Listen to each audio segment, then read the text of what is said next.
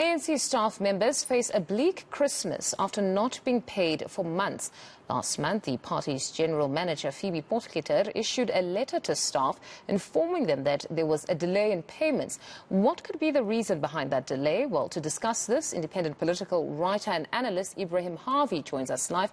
Good afternoon, Mr. Harvey. Thank you very much for your time. Now, you've written a very interesting article on the ANC's current financial position, particularly its inability to pay its staff. Now, you say this is somewhat of a defining moment and that those who say that the party can't be trusted with the country's finances are justified given the predicament that its own employees find themselves in. Just take me through your reasoning. Yeah, there's several reasons, behind. In fact, it's precisely because this is a major issue within the ANC and of larger public importance that I decided to pen this piece in the column this week. I don't think any of the ANC, the South African government's trading partners, if you take any of the major countries that we have relations with, I don't think you'll get any ruling party in any of those countries in a similar situation with the staff of the ruling party. These are critical labor relations issues. It's to do with legislation besides wages, medical aid, provident pension funds, taxation, monies that have been deducted and not paid over to the relevant authorities. It's an abysmal reflection on the ANC, man, a very scandalous reflection, And they should be lucky that the staff still decided to put their shoulders to the wheel in October because of the impending local government elections in November. They put this aside. And look what happened subsequently.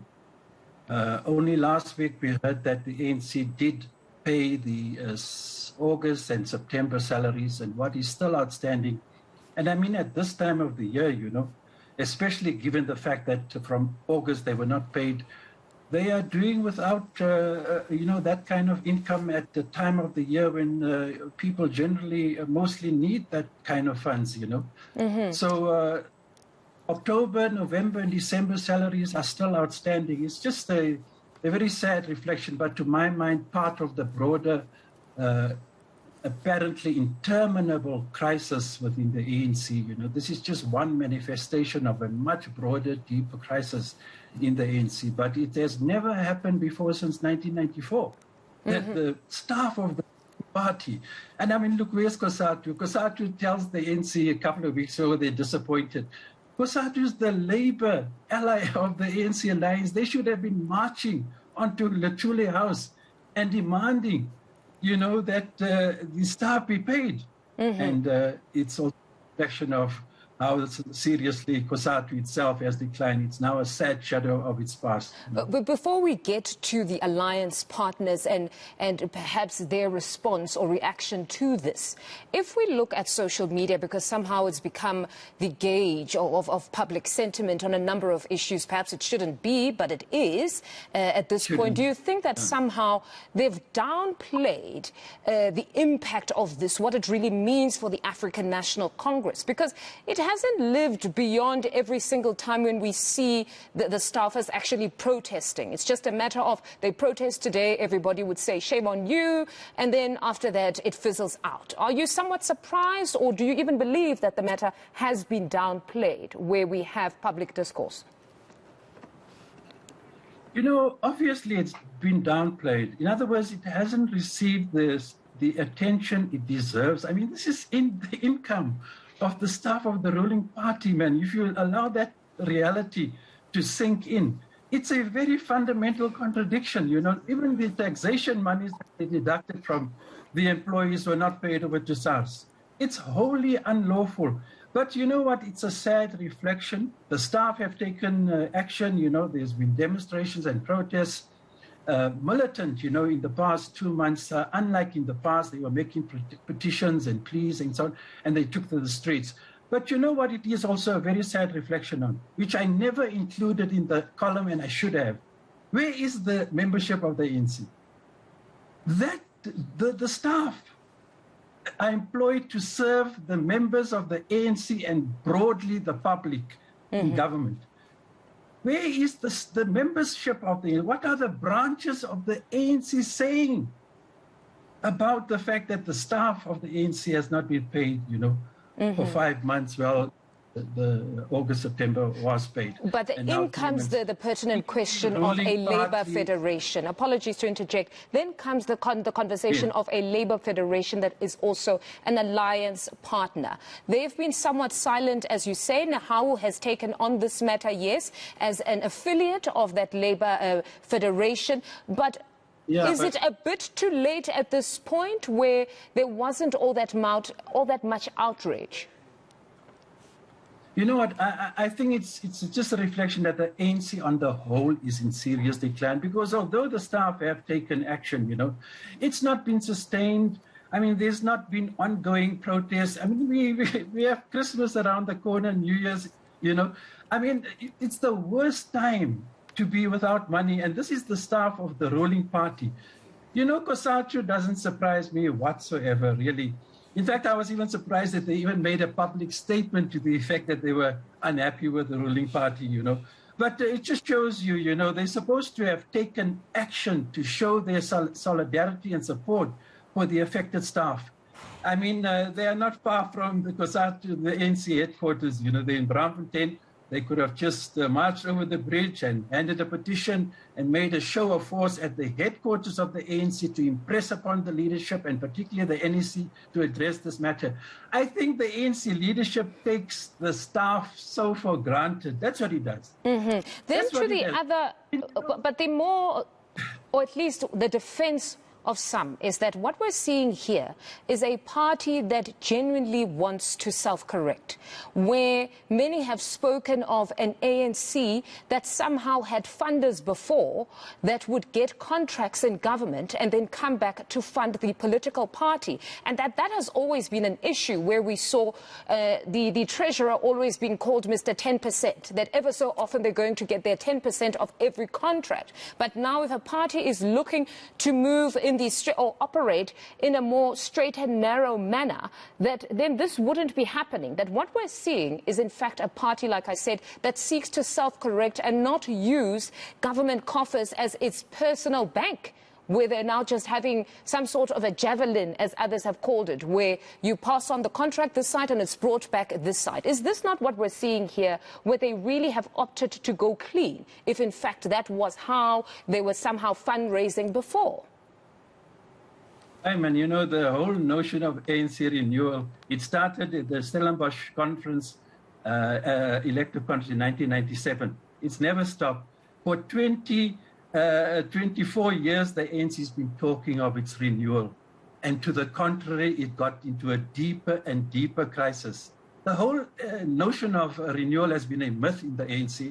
I've dealt with this in numerous articles. But let me tell you what is most significant about the ANC. I mean, its top leadership, obviously, in government, they earn huge salaries. And then you have a lot of members, senior members of the ANC, who's in big business. I mean, you're telling me, which is a sad reflection also, because they have been placed in business because of the ANC. The ruling party, so-called, deployed them, including Ramaphosa before he got to government. They were deployed. The question is, where is the money from those deployed members of the ANC who went into big business? Where is the Toki Sakwalis? Ramaphosa himself, apparently he had to contribute something to the coffers to try and pay the staff. Yes. But the big question is, I mean, BEs, as a result of government ANC legislation, where was the big black business people in the economy?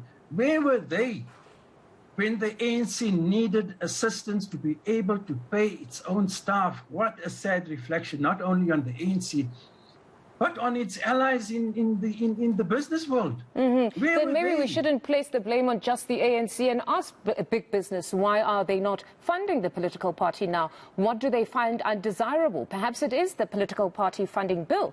They want to remain anonymous, and in this point they're not allowed to remain anonymous, and purely because maybe they don't want to be scrutinized. If they are to legitimately be awarded certain contracts, then we could possibly try to establish some sort of link think to say at one point you donated to the African National Congress and now we see that you have been awarded a certain contract? I mean, it may all be above board, but some people might just not want to be placed under that level of scrutiny.